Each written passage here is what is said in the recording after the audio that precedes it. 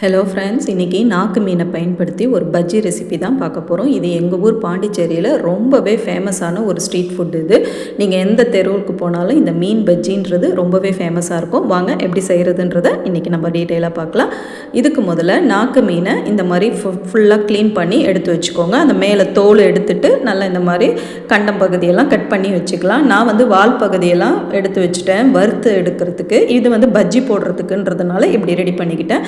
இதில் 1/2 டீஸ்பூன் மஞ்சத்தூள், 1/2 டீஸ்பூன் உப்பு, 1 டீஸ்பூன் அளவுக்கு மிளகுத்தூள், நீங்கள் கம்மியாக கூட சேர்த்துக்கலாம். கொஞ்சமாக லெமன் பிழிஞ்சிக்கோங்க. பிழிஞ்சிட்டு இதை ஒரு அரை மணி நேரம் போல் நல்லா இந்த மாதிரி பெசரி நல்லா ஊற விட்டுடுங்க. அப்போ தான் இதில் எல்லாமே நல்லா ஊறி வரும். இது ஒரு ஓரம் இருக்கட்டும். இப்போ நம்ம பஜ்ஜி மாவை ரெடி பண்ணிக்கலாம்.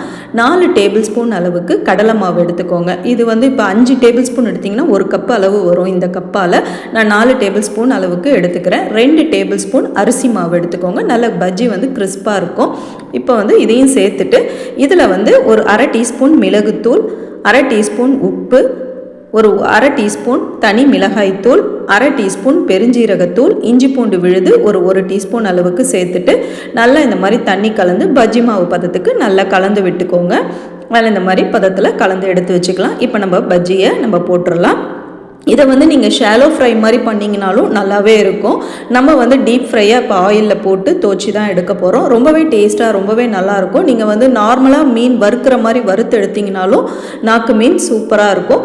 இந்த மாதிரி பஜ்ஜி போடும் பொழுது பசங்களும் விரும்பி சாப்பிடுவாங்க. அவ்வளோதான், நம்ம நாக்கு மீன் பஜ்ஜி சூப்பராக ரெடி ஆகிடுச்சு. இதே மாதிரி எங்கள் ஊர் ஸ்டைலில் எறா பஜ்ஜியும் ரொம்ப ஃபேமஸ்ஸு. அதுவுமே நம்ம சேனலில் ஏற்கனவே அப்லோட் பண்ணியிருக்கேன். அதனுடைய லிங்கை டிஸ்கிரிப்ஷனில் கொடுக்குறேன். கண்டிப்பாக டைம் கிடைக்கும் போது செக் பண்ணி பாருங்கள். இதே மாதிரி செஞ்சு பார்த்துட்டு எப்படி வந்ததுன்னு சொல்லுங்கள். அடுத்த ரெசிபியில் சீக்கிரமே சந்திப்போம். தேங்க்யூ.